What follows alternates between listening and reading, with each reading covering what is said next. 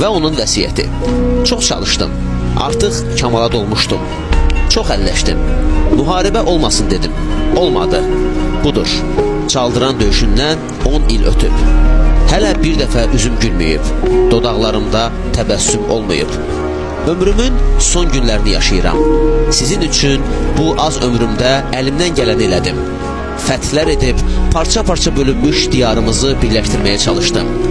Vətənin bir sıxma torpağını bir ovuc qızıldan, Türk dilimizin bir küçücük sözünü bir ölçü ləl-cəvahirətdən üstün bildim.